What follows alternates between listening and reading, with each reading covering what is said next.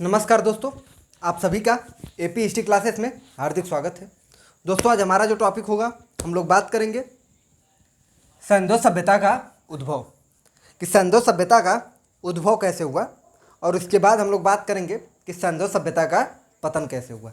देखिए, सिंधु सभ्यता का जो उद्भव हुआ, और जैसे इतिहासकारों ने बताया, जैसे इतिहासकारों ने बताया, उसमें इतिहासकारों को विभिन्न समस्याएं हुई उन्हें बताने में कि सिंधु सभ्यता का उद्भव कैसे हुआ, और वो समस्याएं क्या थीं कि जिससे उनको दिक्कत हुआ। तो देखिए, प्रथम समस्या यहाँ देखिए, द्वितीय समस्या और तृतीय समस्या। प्रथम समस्या में ये है कि सिंधु सभ्यता के जो भी अवशेष प्राप्त हुए हैं, सिंधु सभ्यता के जो भी अवशेष प्राप्त हुए हैं, वे परिपक्व एवं पूर्ण विकसित अवस्था में हैं।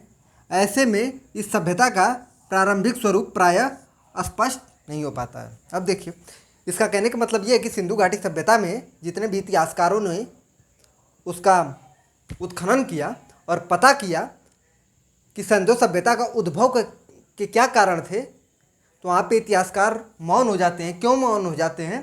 तो वहाँ पे जितने भी स्थल से खुदाई हुई है, वहाँ से साक्ष्य सिर्फ परिपक्व हड़प्पा या विकसित हड़प्पा के साक्ष्य प्राप्त होते हैं। ठीक, अब देखिए यहाँ पे द्वितीय समस्या क्या है। हमारे पास ऐसा कोई साहित्यिक साक्ष्य भी नहीं है जिसके आधार पर इसके उद्भव को व्याख्यायित करें।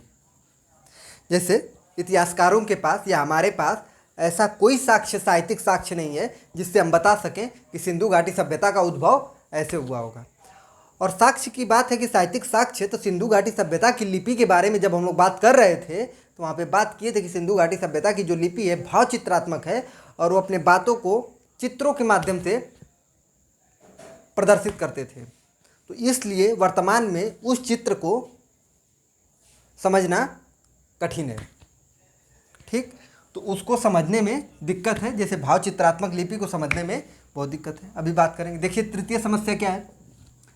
हमने अधिकांशतः लंबवत खनन किया है। जैसे लंबवत खनन किया है, अगर क्षैतिज उत्खनन नहीं किया है, मतलब हमने अधिकांशतः लंबवत खनन किया है, क्षैतिज उत्खनन नहीं किया है, इसलिए भी इस सभ्यता का उद्भव स्पष्ट नहीं हो पाता है। देखिए यहाँ पे क्या कह रहे हैं कि जितने भी सिंधु घाटी सभ्यता की खुदाई हुई है, सब लंबवत हुई है। ठीक, क्षैतिज एक भी नहीं हुई है, इसलिए भी सभ्यता के उद्भव स्पष्ट नहीं हो पाते हैं। ठीक, अब देखिए, इन सबको लेकर फिर भी सिंधु सभ्यता की उत्पत्ति में दो मत हैं। क्या है? सिंधु सभ्यता की उत्पत्ति में दो मत हैं, और मत क्या है वो? एक देखिए, एक देसी उत्पत्ति का मत है। क्या है? देसी उत्पत्ति का मत है, विदेशी उत्पत्ति का मत है, और इधर देसी उत्पत्ति का मत है। अब देखिए, जो विदेशी उत्पत्ति के जो मत के जो इतिहासकार हैं, उनका नाम Marshall, Gordon Childe, Wheeler, Kramer, DD Kosambi हैं। अब देखिए, और भी हैं लेकिन ये प्रमुख हैं। अब देखिए, जो ये व्हीलर हैं, इन्होंने कहा कि सिंधु सभ्यता को मेसोपोटामिया का उपनिवेश बताया। मतलब सिंधु घाटी सभ्यता जो थी, उन्होंने बताया कि ये मेसोपोटामिया का उपनिवेश है। और जो विदेशी उत्पत्ति के जो इतिहासकार हैं, जो बताते हैं कि सिंधु घाटी सभ्यता का उद्भव विदेशी उत्पत्ति से हुआ है, वो किस आधार पर बताते हैं, क्या समानताएं हैं सिंधु घाटी सभ्यता में और मेसोपोटामिया की सभ्यता में, उसी आधार पे वो बताते हैं। आइए देखते हैं समानता क्या है और असमानता क्या है। जब असमानता की बात करेंगे तो हम लोग देखते हैं कि सिंधु घाटी सभ्यता के जो इतिहासकार हैं, जो विदेशी मत के बारे में बताते हैं, असमानता से ऐसा स्पष्ट होता है कि समानता से ज़्यादा कहीं असमानता है। आइए देखते हैं। देखिए, किन्होंने बताया विदेशी उत्पत्ति के जो मत के इतिहासकार हैं, उन्होंने बताया कि सूत काटने का जो यंत्र प्राप्त हुआ है, वो सिंधु घाटी सभ्यता से भी प्राप्त हुआ है और मेसोपोटामिया से भी प्राप्त हुआ है। और मेसोपोटामिया का अंकन ही सिंधु घाटी सभ्यता के सूत काटने के यंत्र पे लगा हुआ है। अब देखिए, दो जानवरों से लड़ता एक मनुष्य, बताया हूँ ना मैं, दो जानवरों से लड़ता हुआ एक मनुष्य मोहनजोदड़ो से उसका साक्ष्य प्राप्त होता है। तो वहाँ से भी प्राप्त हुआ है। कहाँ से? तो मेसोपोटामिया से। प्रवेश द्वार, मोहनजोदड़ो हड़प्पा में प्रवेश द्वार है, तो वहाँ से बताया जाता है कि मेसोपोटामिया में भी प्रवेश द्वार था, और वैसा ही यहाँ पे प्रवेश द्वार बनवाया गया, किसके द्वारा? मेसोपोटामियाई के द्वारा। तो देखिए ये समानता, यही तीनों समानताओं के आधार पर ये बताते हैं विदेशी मत के इतिहासकार कि इसका उद्भव मेसोपोटामिया के सभ्यता से हुआ है। और उससे भी बढ़कर बात करते हैं कि सिंधु सभ्यता को मेसोपोटामिया का उपनिवेश बताते हैं। अब देखिए असमानताएं की बात होगी तो सिंधु घाटी सभ्यता में हम लोग देखते हैं कि असमानता क्या असमानता देखिए मेसोपोटामिया की सभ्यता में और सिंधु घाटी सभ्यता में क्या असमानताएं थी, इसको ध्यान से सुनिएगा। और ऑप्शनल जो सब्जेक्ट होगा आपका हिस्ट्री जिसका भी होगा तो उसमें इसको लिखने के लिए ऑप्शनल पेपर में इसको लिखने के लिए भी आएगा। तो सिंधु घाटी सभ्यता में असमानताएं क्या थी? तो देखिए सिंधु घाटी सभ्यता से हम लोग देखते हैं कि मंदिरों का साक्ष्य प्राप्त नहीं हुआ है। सिंधु घाटी सभ्यता के किसी भी स्थल से मंदिरों का साक्ष्य प्राप्त नहीं हुआ है। और मेसोपोटामिया के सभ्यता से हम लोग देखते हैं कि मंदिरों का साक्ष्य प्राप्त हुआ है। तो पहली बात क्या है कि सिंधु घाटी सभ्यता से मंदिरों का साक्ष्य प्राप्त नहीं हुआ है और मेसोपोटामिया से मंदिर का साक्ष्य प्राप्त हुआ है, ये बात याद रखिएगा।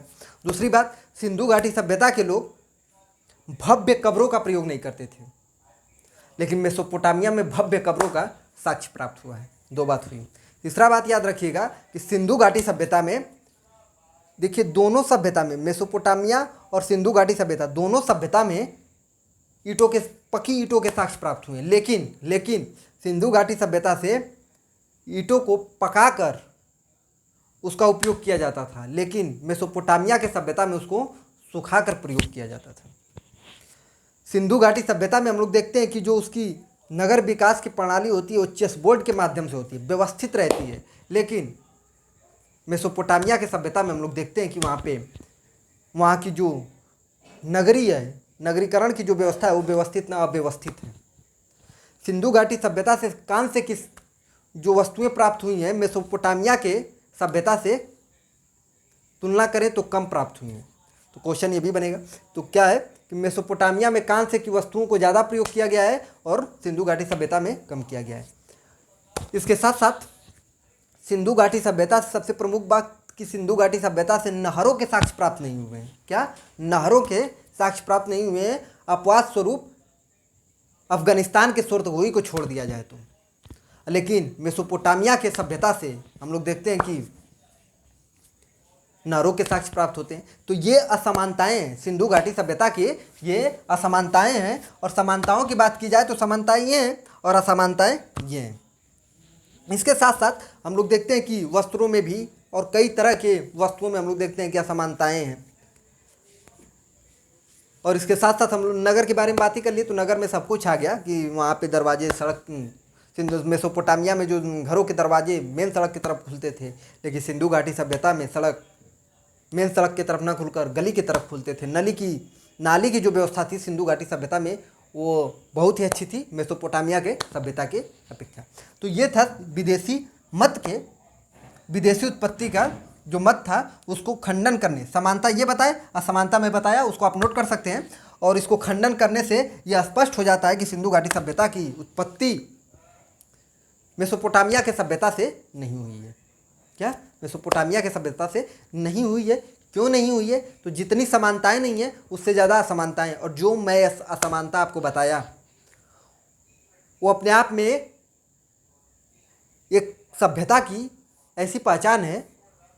जो सभ्यता जहाँ से उद्भव होगी, जहाँ से भी हो, सबसे पहले उस क्षेत्र जिस सभ्यता जहाँ से ये नगर प्रणाली हो गई, चाहे क्या बोलते हैं पकी ईंटों का साक्ष्य हो गया, पहले वो सभ्यता अपने पास यूज करेगी, फिर उसके बाद अन्य अपने उपनिवेशों में भेजेगी। लेकिन जब मेसोपोटामिया में हम लोग देखते हैं कि वहाँ पे सुखा कर ईंटों का प्रयोग किया जा रहा है और सिंधु घाटी सभ्यता में पका कर ईंटों का प्रयोग किया जा रहा है, तो इसी से फर्क आ जाना चाहिए कि सिंधु घाटी सभ्यता मेसोपोटामिया की सभ्यता से कितनी आगे थी। ठीक, अब देखिए यहाँ पे है देशी उत्पत्ति का मत। अब देखिए देशी उत्पत्ति के मत के जो इतिहासकार हैं वो बताते हैं कि सिंधु घाटी सभ्यता आयातित नहीं बल्कि भारत के भूमि में ही जन्मी थी। क्या था?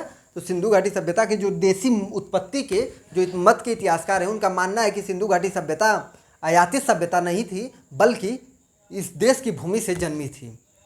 एक इतिहासकार है जिनका नाम है बीबी लाल। क्या नाम है? बीबी लाल, बहुत प्रमुख इतिहासकार हैं। बीबी लाल ने कहा था कि ऋग्वैदिक आर्य एवं हड़प्पा के लोग एक ही हैं। इसके बारे में हम लोग बात करेंगे नेक्स्ट टॉपिक में। और वहाँ पे देसी उत्पत्ति के बारे में पूरा विस्तार से चर्चा करेंगे और देखेंगे कि देसी उत्पत्ति के जो इतिहासकार बताते हैं, हम लोग देखते हैं कि ऋग्वैदिक के साथ फिर जो ये बता रहे हैं कि ऋग्वैदिक आर्य और हड़प्पा के लोग एक ही थे, तो ऋग्वैदिक को और हड़प्पा सभ्यता को हम लोग देखेंगे उनके में क्या समानताएं थी और क्या असमानताएं थी। इसके साथ साथ द्रविड़ सभ्यता से बताया जाता है कि द्रविड़ लोग इसकी सभ्यता का उद्भव की, इसलिए द्रविड़ सभ्यता भी कहा जाता है। तो उसके बारे में भी हम लोग बात करेंगे कि सिंधु घाटी सभ्यता में द्रविड़ों की क्या भूमिका थी। इसके बारे में हम बात कर चुके हैं कि द्रविड़ लोगों को ही बताया जाता है, सबसे ज़्यादा मत है कि द्रविड़ लोग ही सिंधु घाटी सभ्यता में सबसे ज़्यादा उनकी संख्या थी, तो ऐसा बताया जाता है कि उसके उद्भव में उन्हीं का हाथ रहा होगा। तो उसके बारे में बात करेंगे। कुछ इतिहासकार ये भी बताते हैं कि सिंधु घाटी सभ्यता का उद्भव आर्यों के द्वारा होता है, तो उसके बारे में बात करेंगे कि सिंधु घाटी सभ्यता का जो उद्भव हुआ उसमें क्या आर्यों का देन थी, उसके बारे में बात करेंगे। और फिर उसके बाद हम लोग पतन के बारे में बात करेंगे और उसके बाद सिंधु घाटी सभ्यता को समाप्त करेंगे। फिर नेक्स्ट टॉपिक में मिलेंगे। धन्यवाद दोस्तों, मिलते हैं फिर नेक्स्ट वीडियो में।